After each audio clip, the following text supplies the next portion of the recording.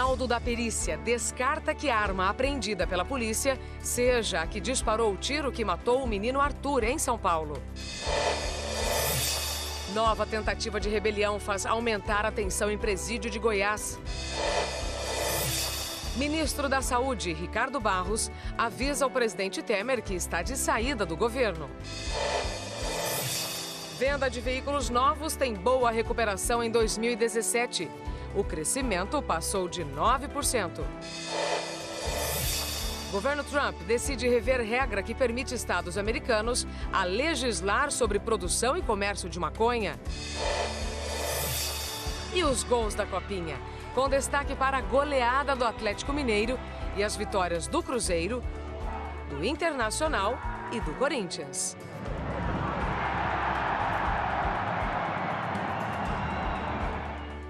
Oi, muito bom dia. A Hora 1 desta sexta-feira, 5 de janeiro, já está no ar para você. E a economia brasileira tem dado sinais de recuperação. Boa parte dos analistas acredita que o PIB esse ano deve registrar um crescimento próximo a 3%. Aí, com isso, a arrecadação aumenta e o governo tem mais dinheiro em caixa. Mas todos esses sinais parecem não ser suficientes para acalmar a equipe econômica. O governo já prepara uma proposta de emenda à Constituição que permite ampliar o endividamento sem incorrer em crime de responsabilidade fiscal. A medida, que seria temporária, daria um fôlego maior ao orçamento, permitindo que mais obras fossem iniciadas, sem falar no pagamento das emendas dos deputados. Tudo no ano sabidamente eleitoral. Então, é preciso prestar atenção para que discussões como esta não voltem a contaminar a recuperação econômica do país, que ainda está engatinhando.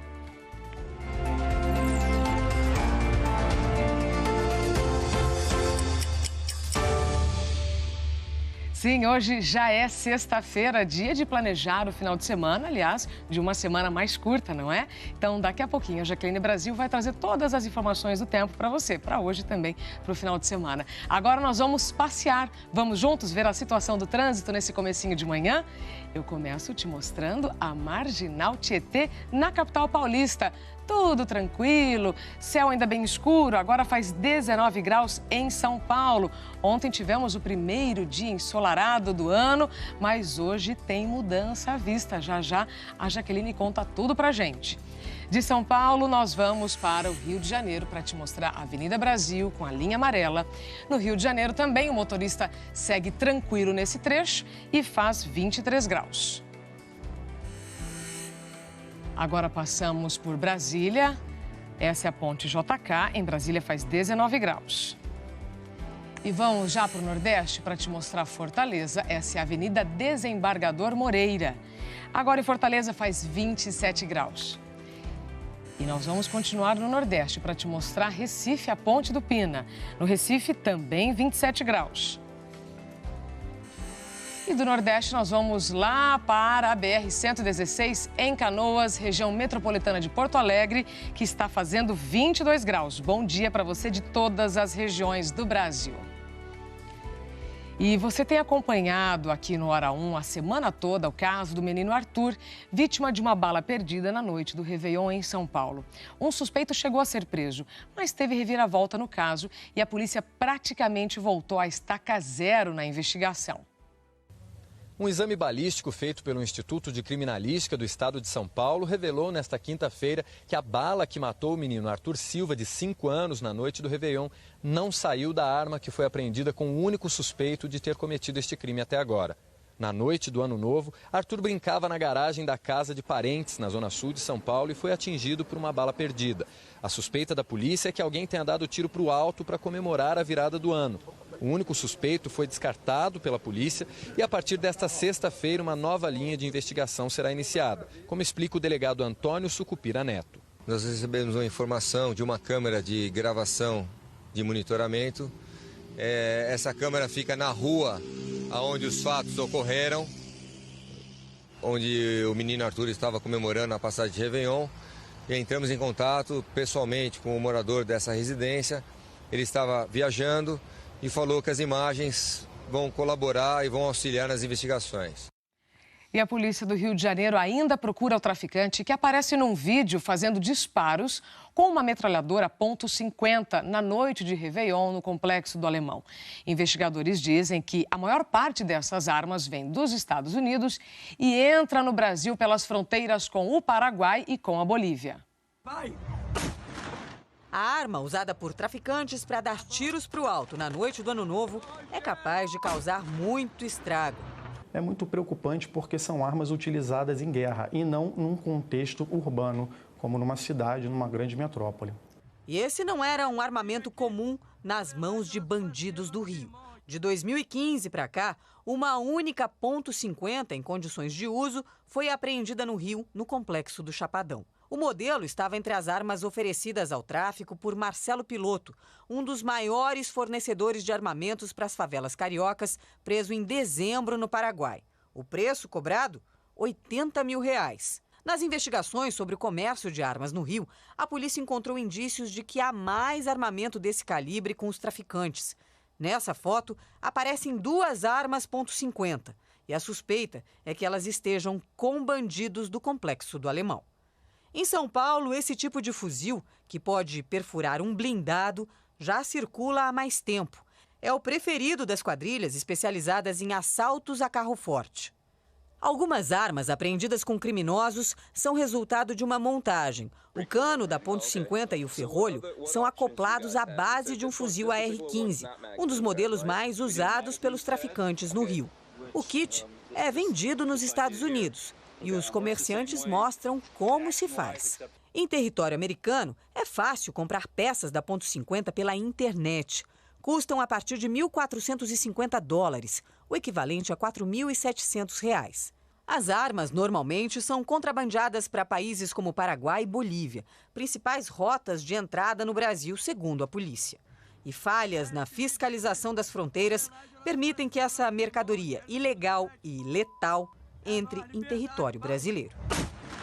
A delegacia especializada em armas, munições e explosivos investiga quantos fuzis desse calibre estão em poder dos traficantes no Rio e quem está levando esse armamento com tamanha capacidade de destruição para as favelas cariocas. Os 2 PMs assassinados nos primeiros dias de 2018 no Rio de Janeiro foram enterrados nesta quinta-feira. E ontem também foi o dia do enterro de um jovem de 18 anos. Ele estava trabalhando quando um policial o confundiu com um bandido e atirou. O batalhão mandou flores. 7 palmos abaixo, tristeza e saudade. É mais um policial que se vai.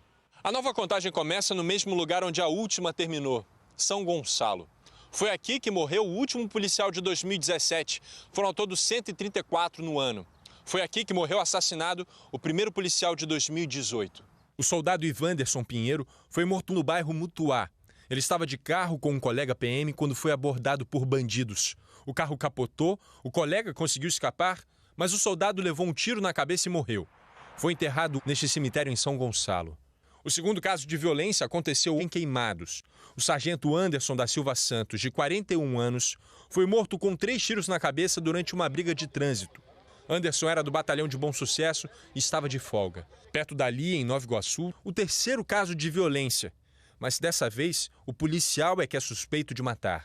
A vítima é Luiz Guilherme dos Santos, de 18 anos, que trabalhava com produção de eventos. A família conta que o jovem tinha desmontado um palco no shopping de Nova Iguaçu e estava em um caminhão com outros 2 colegas, levando a estrutura para a sede da empresa, quando 2 policiais numa patrulha pararam o caminhão.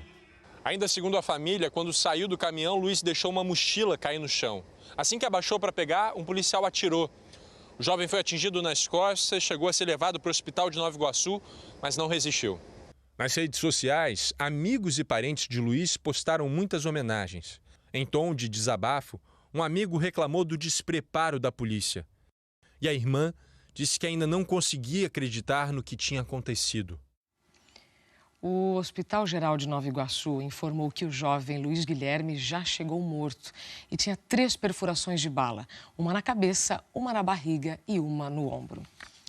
Vamos mudar de assunto? Vamos saber como é que vai ficar a previsão do tempo para hoje e também para o final de semana. Jaqueline Brasil já está aqui prontinha. Tudo bem, Jaque? Tudo bem. Bom dia, Isa. Bom dia para vocês. Escuta, estamos todos em tons claros, né? Para celebrar o calor que fez aqui na capital paulista ontem, né? O primeiro dia de sol do ano. Que dia gostoso ontem, né? Muito quente, mas muito seco também, né, Jaque? Muito seco. Inclusive, a umidade relativa do ar despencou aqui em São Paulo. Ficou abaixo dos 30%, né? E hoje tem mudança? Hoje não, amanhã hoje ainda não, tá? Já chego lá na mudança que realmente tem, é mais pro fim de semana, mas vamos começar hoje com essa sexta-feira que promete, porque nós estamos no verão, a gente sabe que o botão verão está ligado, a gente vai ter calor, presença de bastante umidade, o resultado é aquela pancada de chuva. Inclusive hoje tem mais alerta para temporais, tá? Hoje o risco de temporal com o pacote completo, raios, ventania e muita chuva é para você que está em Goiás, Tocantins e Mato Grosso. Atenção, porque volta a chover em Mato Grosso do Sul, em parte do Nordeste e no Norte também vem chuva. Falando do Norte, nós vamos inclusive destacar aqui ontem a chuvarada em Porto Velho, Rondônia. Dá uma ideia aqui, olha, nas últimas 24 horas, 117 milímetros, sendo que em uma hora choveu 34 milímetros. A média normal para o mês, 321 milímetros. A gente sabe que é normal chover no norte. Vamos lembrar que tem a combinação do calor e da umidade. E nós tínhamos falado que a previsão de janeiro é que seria um mês chuvoso em várias regiões, especialmente no norte, falando também das cheias dos rios, tá? Falei com o nosso meteorologista, por enquanto os rios estão ali na média, mas vamos ficar ligado aí, tá? Mas ainda vem mais chuva. Vem. Mês de janeiro vai ter chuva acima da média, né? Vai acima da média para a região norte também. Ontem a gente falava das áreas aí que poderiam ter chuva e realmente isso aconteceu em vários municípios da região sudeste. As regiões serrana e dos lagos no Rio de Janeiro, por exemplo, estão entre as mais atingidas pelos temporais de ontem. Como as casas foram tomadas pela água, muitas famílias precisaram ir para hotéis em São Pedro da Aldeia, no Rio de Janeiro. Um imóvel teve que ser interditado. Animais de estimação foram retirados pela Defesa Civil. Máquinas da Prefeitura abriram caminho para a água escoar. Em Petrópolis, na região serrana do Rio, a Defesa Civil permanece em estado de atenção. A cidade teve vários deslizamentos de terra nas proximidades de casas. Ninguém se feriu. O muro de contenção caiu dentro do rio que corta a cidade. Uma obra emergencial vai ser feita no local. Uma chuva forte e intensa causou estragos na cidade de Oliveira, em Minas Gerais. As imagens gravadas por um telespectador mostram um carro sendo arrastado em um córrego que transbordou. As duas pistas dessa avenida foram tomadas pela enxurrada. O nível de um outro córrego também subiu muito e inundou as ruas. E hoje mais chuva, né, Jaque? Mais chuva é uma situação bastante preocupante, especialmente para o Rio de Janeiro e Minas Gerais, que ontem nós falávamos sobre esse risco de deslizamento. Não tem mais risco de temporal, mas a chuva ela continua. E é aquela história, como o solo já está bem encharcado, quanto mais molhado ele ficar, mais pesado também, e aí o solo pode ceder. Então, muita atenção mesmo. E claro que essa chuva vem por causa do calor e a gente destaca o calorão, né? Muito calor em várias cidades, algumas delas na Bahia queimadas. Ontem, máxima de 38,3 graus. Pensa no calor. Pão de Açúcar, Alagoas, 39 graus, quase 40. E Santa Vitória do Palmar, Rio Grande do Sul, 36,9. Ou seja, em vários pontos lá em cima e embaixo também, tá? Norte e sul. Norte e sul, exatamente. Opa, eu pulei um mapa aqui, a gente volta para as mínimas. As mínimas em Porto Alegre começa já com calor, querendo ou não, 21 graus, bem abafada aí a madrugada, início da manhã, né? 18 aqui em São Paulo, 19 em Rio de Janeiro e Belo Horizonte, mais para cima 24 Salvador, também Fortaleza e Belém. E a gente mostra, olha, que todas as temperaturas aqui, só abaixo mesmo aqui, mais para o centro-oeste, mas no restante tá bem acima dos 20. Agora aqui, vamos explicar o seguinte, você falou de mudança, mudança, vamos deixar claro para o pessoal, mudança em relação ao tempo quente ontem aqui em São Paulo. Seco. Seco. A mudança que tem é que a chuva vem a partir da tarde, mas o botão verão está ligado de qualquer forma, tá? Então a gente mostra aqui em todo esse verde aqui, a chuva vem a partir de qualquer momento e pode ser uma chuva forte, então norte, pegando boa parte do nordeste, o centro-oeste também e parte do sudeste. E onde que o tempo vai ficar firme? Rio Grande do Sul, Santa Catarina, Paraná, parte aqui do Mato Grosso do Sul e também no interior do Nordeste. Você está vendo aqui, ó, que essa parte verde aqui tá bem no sul do Rio Grande do Sul, é por causa dessa frente fria que vai chegar mais tarde no Rio Grande do Sul, por isso que tem previsão de chuva, mas mais para o final da tarde, tá? Daqui a pouco eu trago mais esses detalhes. Maravilha, os de hoje do final de semana. Exatamente. Valeu, Jaque, obrigada, até já. Até. E a polícia de Goiás controlou na noite desta quinta-feira a segunda rebelião na penitenciária, onde 9 detentos foram mortos no começo da semana. E as rebeliões geraram um embate entre 7 governadores e a União. A tentativa de rebelião foi na mesma unidade onde, na segunda-feira, 9 presos morreram e 14 ficaram feridos. O motim ainda está sendo investigado pela Secretaria de Segurança Pública. Policiais militares tiveram que disparar para conter a rebelião. Segundo o governo de Goiás, não houve mortos e nem feridos e o motim já foi controlado. Nesta quinta-feira, em entrevista à rádio CBN, o governador de Goiás, Marconi Perillo, do PSDB, cobrou do governo federal mais recursos para os presídios do estado. Presos que cometem crimes transnacionais, como, por exemplo, escaminho, contrabando, ou os que cometem crimes de narcotráfico, esses criminosos são de responsabilidade do governo federal, da União. Só que quem custodeia esses presos somos nós, governos estaduais. Então, se fôssemos levar em consideração o que custa cada preso nacional, eles teriam que nos passar muito mais dinheiro. Marconi Perillo recebeu o apoio de outros 6 governadores, do Distrito Federal, do Mato Grosso do Sul, Tocantins, Roraima e do Maranhão.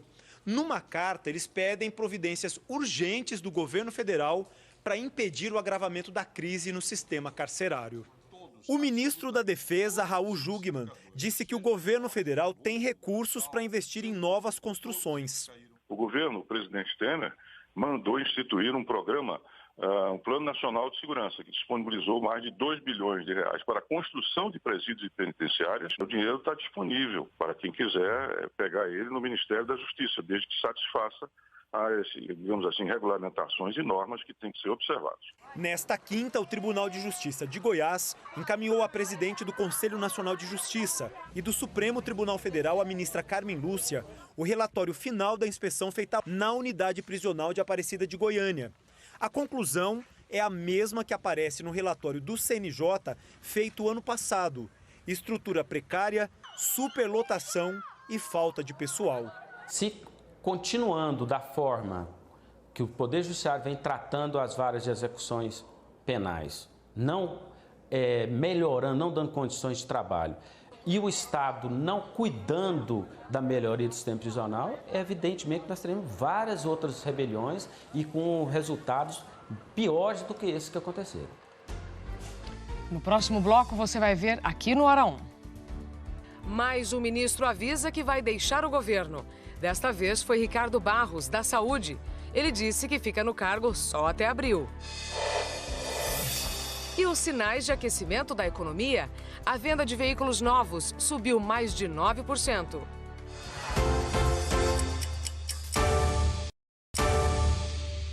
Mas o ministro anunciou que vai deixar o governo para se dedicar à campanha eleitoral. Depois de Marcos Pereira, da Indústria e Comércio, nesta quinta-feira foi a vez de Ricardo Barros confirmar que só fica na pasta da saúde até abril. O presidente Michel Temer, por sua vez, faz questão de garantir que a saúde dele e a do governo vão muito bem. Logo cedo, o presidente Michel Temer saiu para dar uma caminhada pelo Jaburu. E a saúde, presidente, tudo bem? Perfeito. Recuperadíssimo. Graças a Deus. Só que desta vez a caminhada não foi surpresa. O próprio Planalto avisou a imprensa. O presidente quer mostrar que a recuperação está em dia. Ele vai precisar mesmo de disposição para tentar alcançar o objetivo de votar a reforma da Previdência em fevereiro. O governo diz que o clima melhorou do ano passado para cá, mas admite, ainda não tem os 308 votos necessários. O governo ainda não tem os 308 votos, mas está muito mais próximo de ter os 308 votos do que nós estávamos ali em dezembro. As articulações estão a todo vapor em Brasília. Nesta quinta-feira, o ministro da Fazenda, Henrique Meirelles, esteve com o presidente Temer no Planalto. Antes disso, participou de um café da manhã com os ministros do Planejamento, Diogo Oliveira, e das Cidades, Alexandre Baldi, na casa do presidente da Câmara. Rodrigo Maia também recebeu deputados para falar de Previdência.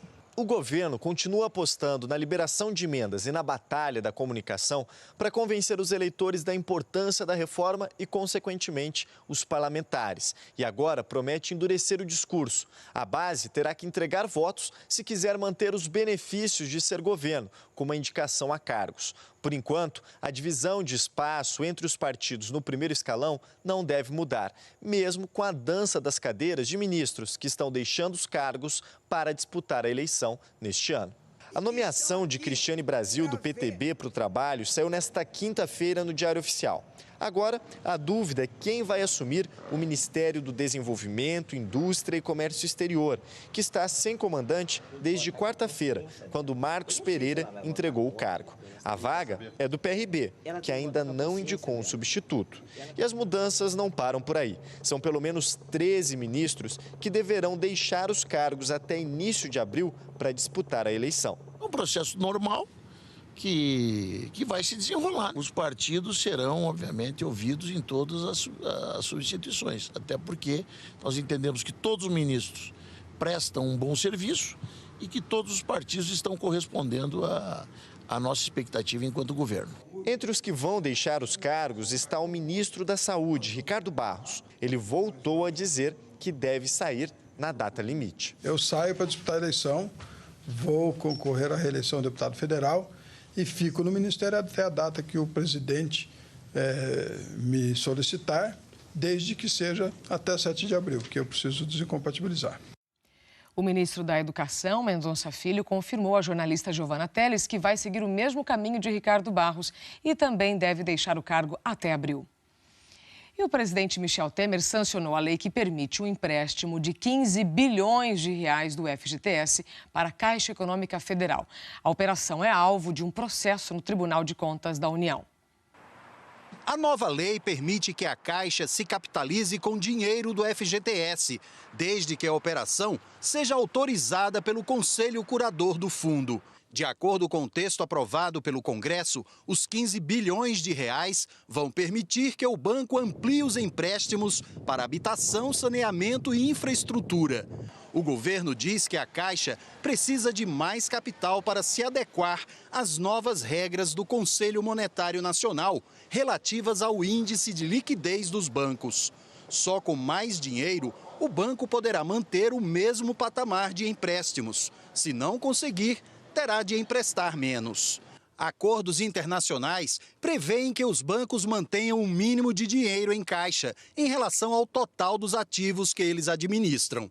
Em um dos principais critérios, o índice da Caixa Econômica é de 9%. O mínimo a partir de 2019 será de 11%. O Banco do Brasil, por exemplo, que tem ações na Bolsa e é monitorado de perto pelo mercado, tem um índice de mais de 13%, assim como os grandes bancos privados do país. Em nota, a Caixa reconheceu que precisa do empréstimo para conseguir se adequar ao índice. O FGTS é uma espécie de poupança do trabalhador.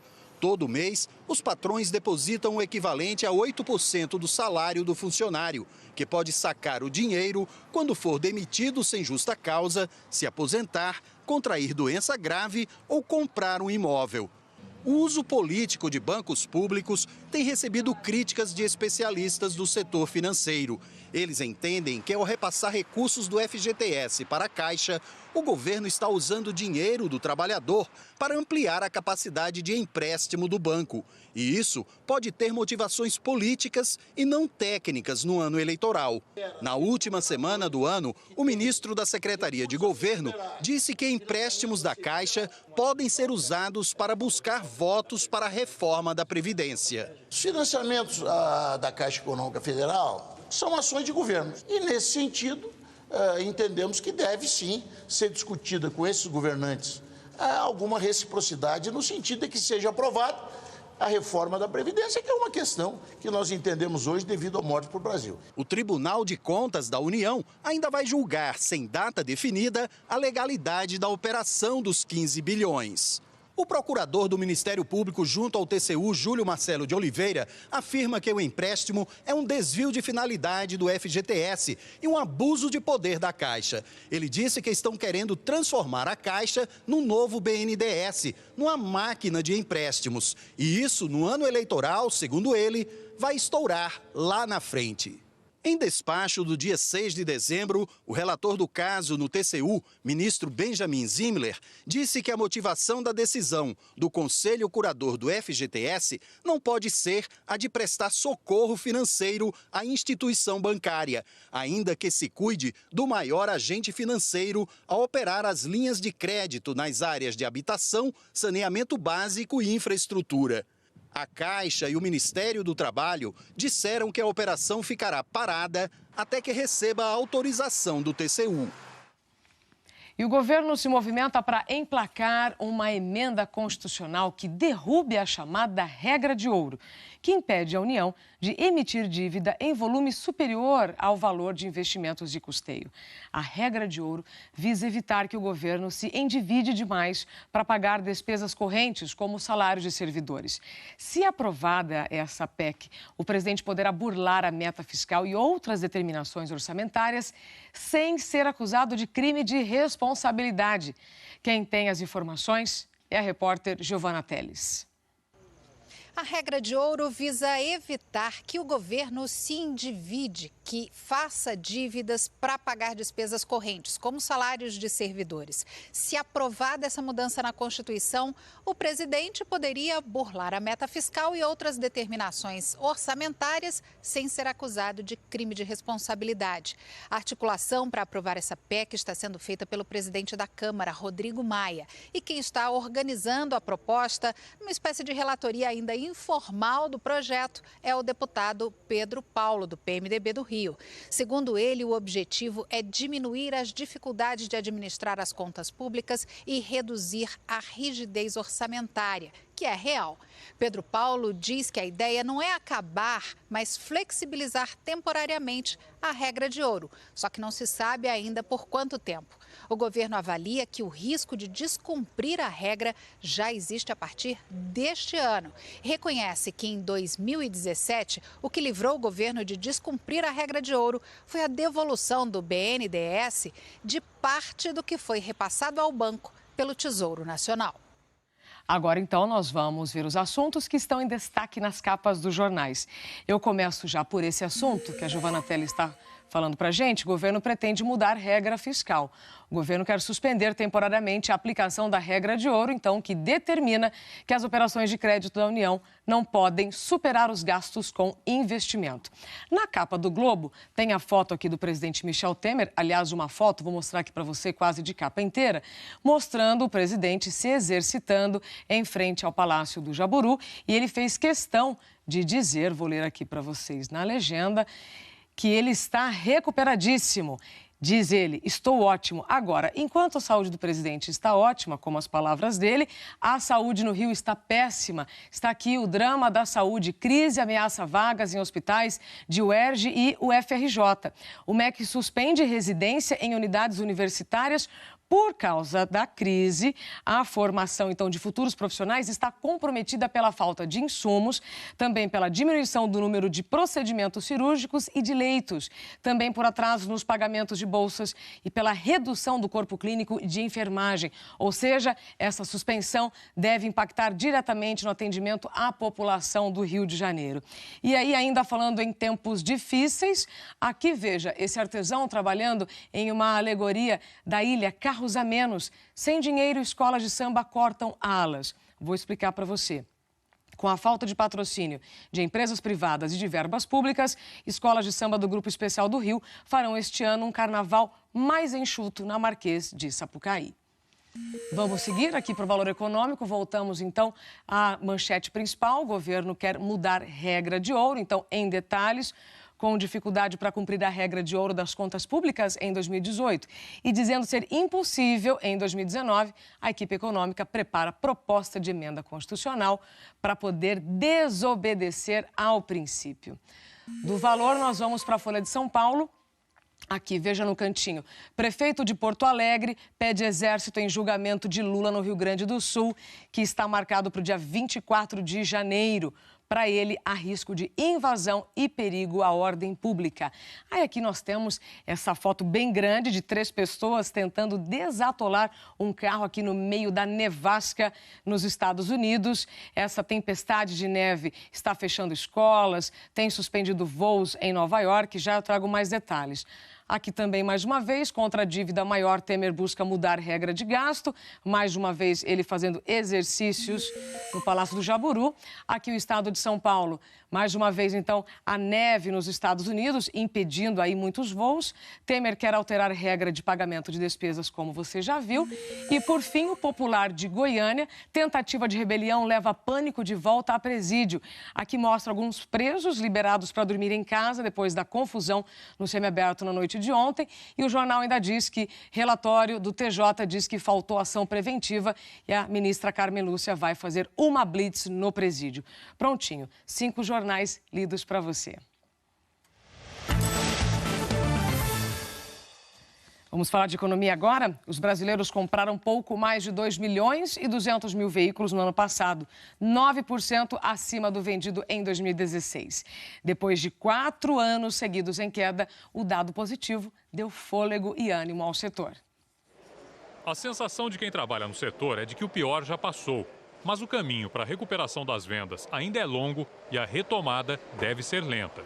Esta concessionária aqui de São Paulo vendeu no ano passado 1.200 carros novos, 10% a mais que em 2016. O responsável pela concessionária acredita que a queda na taxa de juros foi fundamental para esse resultado.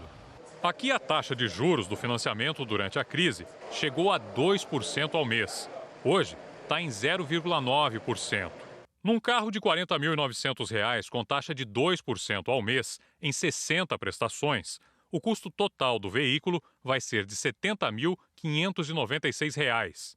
Com a taxa de juros de 0,9%, também em 60 vezes, o preço do carro cai para R$ 53.111. Uma diferença de R$ 17.485. A concessionária que ao longo da crise tinha demitido 70 funcionários, voltou a contratar no último trimestre do ano passado, 15 pessoas. E a retomada da confiança do consumidor também ajudou a impulsionar as vendas. Grande parte até tinha a condição de comprar, só que tinha a insegurança, o medo de perder o emprego, ou então estava desempregada, esperando se recolocar. Ou eu acredito que metade do que alavancou as vendas foi esse público. O público que ficou mais confiante, acreditando mais e voltou a comprar. Para esta especialista do setor, ainda é cedo para saber se as vendas vão se manter em alta ao longo dos próximos anos. Pesa aí a questão política, principalmente as eleições deste ano. Mas para 2018, ela acredita em um novo crescimento. Em 2018, nós estamos otimistas, independente do que possa acontecer. Nós estamos acreditando aí que o mercado possa crescer algo em torno de 12,5%, que é um número bastante importante também. E desde 1º de janeiro estão valendo novas regras para quem se enquadra no regime de microempreendedor individual. A mudança no limite de faturamento pode aumentar o número de adesões. E quem tem os detalhes desta história é o nosso comentarista de economia, o Samidana. Bom dia a todos, um feliz 2018 para toda a família do Hora 1. Já entrou em vigor um teto mais elevado de faturamento para o microempreendedor individual, o MEI. O novo valor pode levar muitos pequenos e microempresários a se transformar em MEI para pagar menos imposto. O limite anual de faturamento passou de 60 para 81 mil reais. O microempreendedor individual paga uma contribuição fixa mensal de, no máximo, R$ 54, mais R$ 5 de ISS, se a atividade for de serviço, e mais R$ 1 de ICMS no caso de comércio ou indústria. Quem optar pela mudança tem que seguir as regras do mês, que são ter apenas um funcionário que receba salário mínimo ou o piso da categoria e exercer uma atividade permitida ao MEI. Existe uma lista delas no próprio site. Além disso, não pode ter sócio nem ser sócio em outra empresa. Vale a pena dar uma conferida.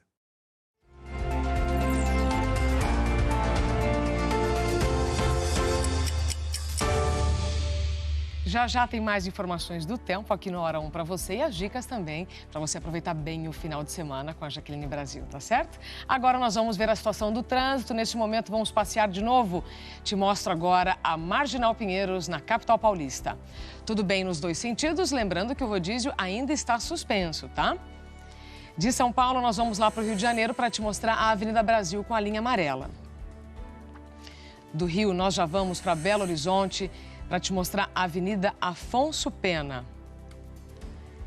De Belo Horizonte, a gente passa agora por Fortaleza, Avenida Desembargador Moreira. Continuamos no Nordeste agora para te mostrar Recife, com a Ponte do Pina. E do Nordeste nós vamos lá para o Sul para te mostrar Curitiba, Avenida Cândido de Abreu. E depois do intervalo você confere aqui no Hora 1. Nos Estados Unidos, o governo Trump decide mexer nas regras que autorizavam os estados a legislar sobre o uso e a venda de maconha. E os gols da quinta-feira na Copinha? Destaque para a estreia do Corinthians, campeão da última edição.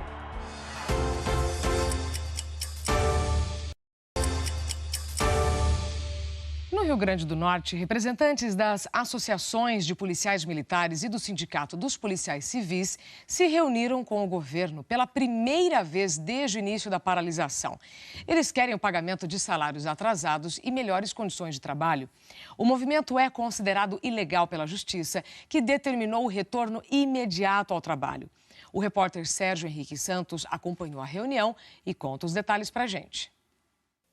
A reunião aconteceu na sede da Secretaria Estadual de Segurança Pública aqui em Natal e reuniu representantes do governo e também das associações dos policiais militares e o Sindicato dos Policiais Civis. A secretária de Segurança apresentou uma data para pagamento dos salários do mês de dezembro. Essa data seria o dia 12 de janeiro e as associações vão voltar a se reunir com a equipe da secretaria no dia 10 para definir o fim ou não do movimento. Por enquanto, a paralisação continua por tempo indeterminado. Qual foi a proposta do governador para o pagamento dos salários de dezembro e 13º? Olha, a gente não gostaria de mencionar. 13º ele não tem condições. O governo está numa situação, o governo do estado está numa situação difícil. Então ele fez uma proposta para o pagamento de dezembro. Qual foi? 13º ainda não.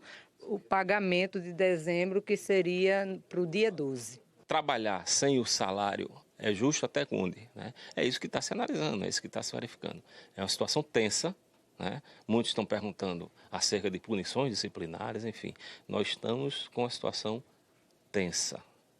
Né? Quem é militar, quem comanda a tropa, sabe disso. Né? E são situações muito delicadas. Eu estou com a tropa que está sensível, né? Eu estou com a tropa que está debilitada, inclusive emocionalmente, e a minha tropa, ela trabalha armada. E a gente tem que ver os passos que nós damos para que a gente possa tomar as atitudes corretas. E em Sinop, Mato Grosso, o ano mal começou e a cidade já registrou a primeira chacina. 5 pessoas foram executadas a tiros. 3 delas eram da mesma família. A polícia não tem pistas sobre quem teria cometido os crimes, mas suspeita de um acerto de contas. Um bando fortemente armado explodiu a agência do Banco do Brasil em Zedoca, no Maranhão. Pelo menos 15 criminosos, divididos em 2 grupos, participaram da ação. Ninguém foi preso e até um helicóptero está sendo usado na busca pelos assaltantes.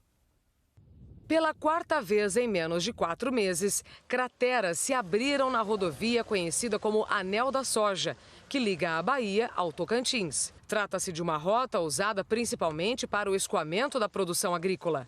Um carro caiu numa dessas crateras e, por muito pouco, o casal que estava dentro não se feriu.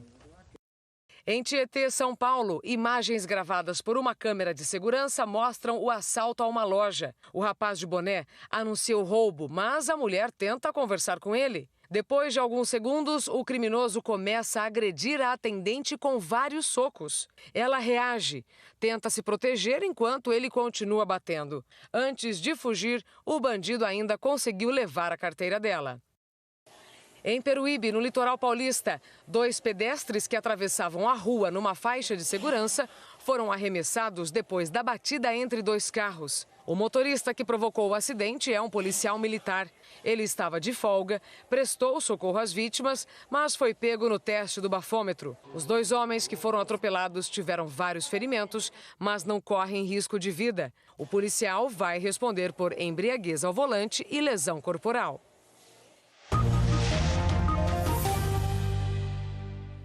O governo de Donald Trump decidiu revogar uma norma que permitia aos estados americanos relaxar as leis sobre o uso da maconha.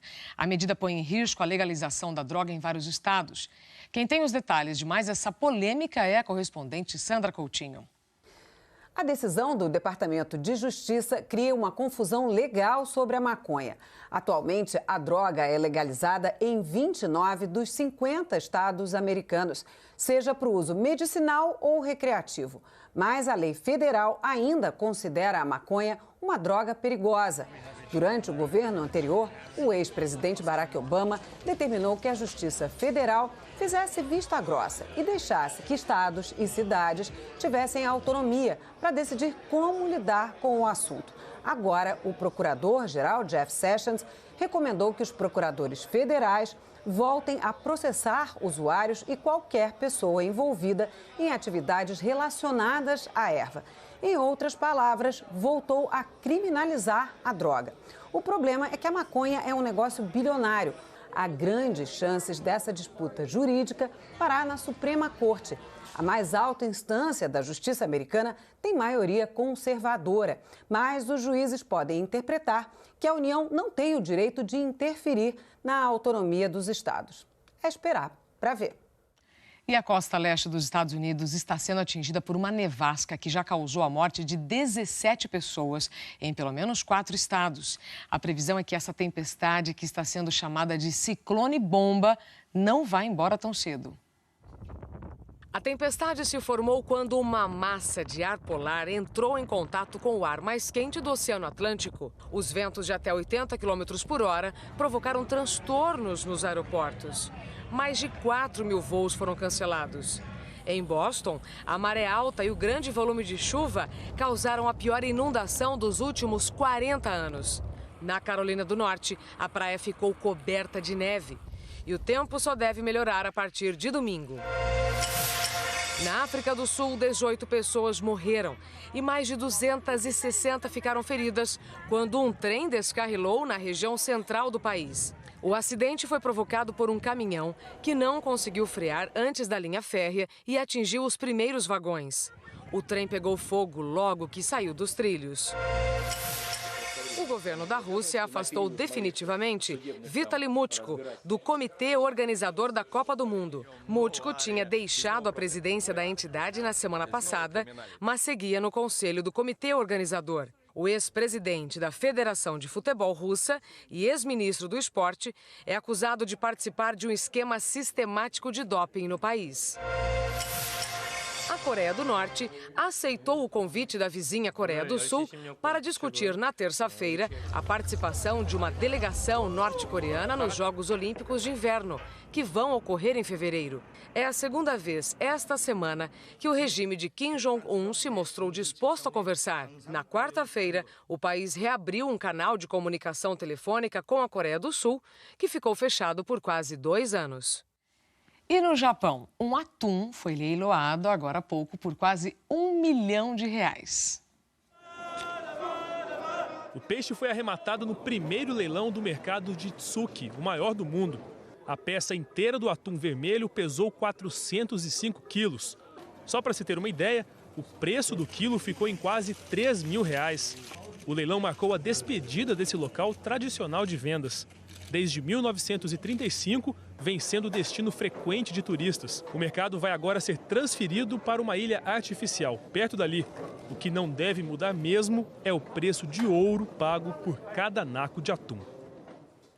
Isso, essa notícia já te deu ideia até para incluir um restaurante japonês esse final de semana, bom, né, Jaque? Uma boa pedida. A gente gosta, né? Opa! Escuta, mas esse atum é muito caro, né? Muito, preço de ouro, como ele Preço falou. de ouro, exatamente.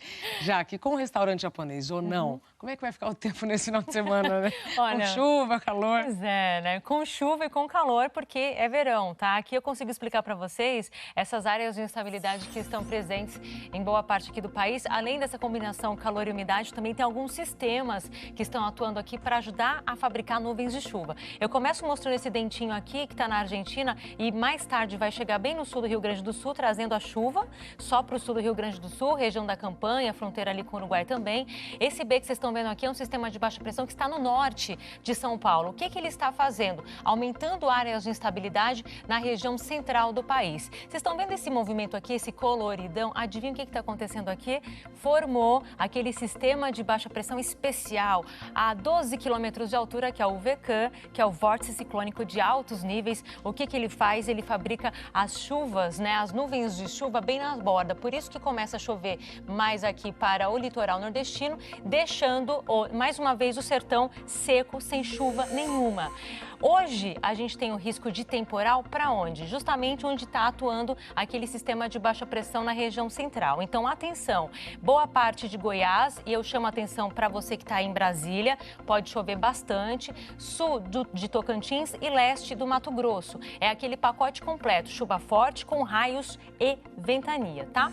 E aí a gente mostra aqui o nosso mapão, que é exatamente isso. A chuva está, olha, bem distribuída por boa parte do país, norte, tirando só ali Roraima e também o norte do Pará. O miolo aqui do Nordeste fica bem seco e aqui embaixo, tirando essa chuva que chega no sul do Rio Grande do Sul, restante aqui, Rio Grande do Sul, Santa Catarina, Paraná e também o sul do Mato Grosso do Sul, não vem chuva. Vamos destacar aqui a situação de São Paulo, diferente do dia de ontem. Ontem a gente teve aquele dia fantástico, lindo, sem ensolarado. sol nenhum, a umidade relativa do ar até caiu, né? O que muda hoje? Teremos um dia bonito, com sol, calor, mas a partir ali da tarde, no meio da tarde, às 3 horas da tarde, mais ou menos, aí tem a formação de pancadas de chuva, que é bem o estilão do verão também. E você que está aí no Rio de Janeiro, não tem mais temporal, o dia fica um pouquinho mais fechado e a chuva no decorrer do dia, mas é uma chuva que não é mais tão pesada, tá? Em todo o verde aqui, principalmente o verde escuro, pegando o miolo aqui do país, a chuva pode ser forte sim. Com temporais, inclusive. Com né? temporais, inclusive. Vamos aí para as temperaturas máximas das que estão destacadas aqui. Porto Alegre é a que vai fazer mais calor hoje, 36. Por quê? É aquele bafo quente, tal da pré-frontal, exatamente. A chegada, anunciando a chegada dessa frente fria. 28 graus aqui em São Paulo, Curitiba também, 31 só no Rio de Janeiro, só, né? Porque eles estão acostumados com mais 35, calor. já fez essa semana. Exatamente. A mesma de Fortaleza, tá? Aqui Palmas 33, 24 só em Brasília por causa dessas áreas de instabilidade e Porto Velho, 32 graus. Jaque, antes de você avançar o final de semana, vamos dar uma olhada no amanhecer de Vitória? Vamos, Estou claro. sabendo que, olha só, é uma vista aérea, então, de Vitória. Que legal. Tá meio nublado, mas... Tá meio nublado, mas tem previsão de chuva, vai ser bem na pegada do verão, tá? O sol aparece entre nuvens, a temperatura sobe, mas tem previsão de chuva sim. Não é temporal, como tinha previsão para ontem, como a gente já falava aqui. Maravilha, então Mas legal. Vitória tá aí para você. Bom dia, se prepare para a chuva mais tarde. Bom dia para vocês. Vamos pular agora para o fim de semana? Vamos. Antes da gente mostrar aqui, olha, destacar, eu vou resumir para vocês. A frente fria que vai chegar hoje no Rio Grande do Sul vai passar amanhã por todo o sul do país. Não vai esfriar, vai trazer um pouco mais de área de estabilidade, mas não vai ser chuva forte, não. Aqui em São Paulo, começa a mudar o tempo amanhã à tarde, então domingo não vai dar praia. Amanhã vai dar praia sim. Aqui a gente mostra para vocês. Amanhã, Florianópolis, máxima de 32, sem chuva. Rio de Janeiro, as pancadas à tarde, máxima de 35. Salvador, máxima de 32. São Luís, 30. Ai, que beleza, né? Aquela chuvinha para refrescar. Isso. Aí a gente tem 4 lugares aí bons pra gente passar o fim de semana. O que você acha, Isa? Ilhabela, 28 graus com aquela chuva boa. Bonito, máxima de 32, que vem a chuva também. Foz do Iguaçu, 36 graus, gente. Em Recife, 31. Algumas pedidas aí pro nosso fim de semana. A gente Maravilha. folga, Eu né? gosto muito de Foz do Iguaçu. Tem parques lindos, vale a visita, viu? Eu iria para Recife. Recife, então pronto. Jaque, nós vamos programar nossa viagem, né? Nas próximas. Obrigada pelas informações. Bom final de semana. Obrigada para você também, para vocês também.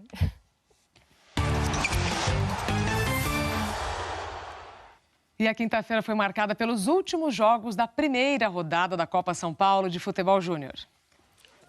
O Internacional estreou com vitória sobre o Boa Vista. O Colorado abriu o placar depois de um belo chute de Neto. Brenner aproveitou a falha da zaga do time carioca e fez 2-0, placar final. O Cruzeiro enfrentou o Batatais. O time do interior paulista surpreendeu. Vitor aproveitou o lançamento e fez 1-0. A equipe mineira só empatou no segundo tempo com Vitinho. A virada veio nos minutos finais. Vander arriscou de longe e marcou o segundo. Cruzeiro 2, Batatais 1. O Atlético Mineiro teve vitória bem mais tranquila em sua estreia. Carlos Gabriel surpreendeu o goleiro do União Barbarense. 1-0 para o Galo. Wellington aproveitou o cruzamento e marcou o segundo. Alejandro dividiu com a zaga e fez 3-0. A goleada atleticana chegou depois da marcação de um pênalti. Carlos Gabriel bateu, Toriguelo defendeu a cobrança e também o rebote. O gol só veio na terceira tentativa do atacante. Final, Atlético Mineiro 4, União Barbarense 0. O Corinthians enfrentou o Corumbaense e também venceu sem dificuldades. Depois do cruzamento, João apareceu por trás da zaga e marcou de cabeça. O segundo do Corinthians veio com William. Carlos Augusto fez o terceiro gol após cabecear livre de marcação. 3-0, placar final. 20 equipes voltam a campo hoje pela segunda rodada da Copa São Paulo de Futebol Júnior. E a Federação Internacional de Tênis suspendeu o brasileiro Tomás Bellucci por 5 meses. O motivo? Doping. A substância proibida foi detectada na urina do atleta em julho de 2017. A hidroclorotiazida é um diurético usado para perder peso ou para mascarar o uso de outros compostos químicos que melhoram o desempenho. A Federação Internacional de Tênis deu o veredito em 31 de dezembro do ano passado. Mas o caso correu em sigilo e somente nesta quinta-feira Bellucci anunciou a punição. O tenista afirmou que ingeriu a substância acidentalmente num suplemento multivitamínico. Ele ainda disse que irá processar o laboratório responsável pelo produto. Como não joga há 4 meses, Bellucci poderá voltar às quadras já em fevereiro. Gente, no Recife, cavalos abandonados ou que foram vítimas de maus tratos estão ajudando a cuidar da saúde de crianças. Sim, os animais são levados para uma instituição e utilizados para ajudar na terapia. Os dias dos cavalos soltos nas ruas de Olinda estão contados. Muitos carros param para poder os cavalos atravessar, que eu acho um absurdo esses cavalos estar soltos por aí. Inclusive é a causa de acidente. Muito aqui é por conta desses cavalos. Eles estão sendo laçados, colocados num caminhão e levados para um alojamento para evitar acidentes. Quem abandona os cavalos vai ter que pagar uma multa de R$200 para retirar os animais apreendidos. É o caso do seu Jurandir, dono do cavalo que estava na rua. Eu não queria o cavalo solto, não. Mas sendo que botei uma corda, tiraram a corda e soltaram o cavalo. Tão inteligentes e tão abandonados. Quando um cavalo desses, que ninguém valoriza, tem um novo destino, você não imagina a diferença que ele é capaz de fazer. Olha só a alegria da Vani e as gargalhadas do Gabriel quando eles chegam para sessões de ecoterapia. O Centro Elohim de Ecoterapia é uma organização não governamental que ajuda 110 crianças e adolescentes a superar as limitações motoras e mentais com a ajuda dos cavalos. A felicidade dos pequenos é escancarada. Tem sido maravilhoso. Ele adora. Nos dias que ele não vem, ele sente uma imensa falta. Dá para ver assim, né? Pelo sorriso, pela alegria que ele expressa, ele adora, realmente. Tá gargalhando, nem cansa. E em termos de postura, de desenvolvimento, faz um ano que ele está aqui, melhorou bastante. Hoje os cavalos são bem tratados, admirados, valorizados, mas nem sempre foi assim. Dos 5 animais que participam das terapias, 4 foram apreendidos nas ruas pela vigilância sanitária e eram vítimas de maus tratos. Hoje, quanta diferença. Os cavalos mudaram de vida no Recife. O tratamento é de primeira, com muito capim, cenoura e chamego. Aqui, Diamante, muito bem. E a vida deles aqui está bem melhor do que antes, não é? Ah, com certeza. O Pingo de Luz e o Diamante, eles vieram de carroça. E assim, eram maltratados, não comiam direito e eles chegaram bem magrinhos, agora estão bem gordinhos. São auxiliares aplicados e o resultado a gente nem precisa ser cientista para comprovar. Que delícia! Maravilha, que boas atitudes como essa se multipliquem então por todo o país. Gente, a Ronda desta sexta-feira termina por aqui, mas você já sabe que lá no Globoplay dá para rever todas as nossas reportagens, não é? Agora você acompanha o noticiário da sua região, depois tem Bom Dia Brasil. Eu te desejo uma excelente sexta-feira e um final de semana especial também. Obrigada pela companhia. Até mais.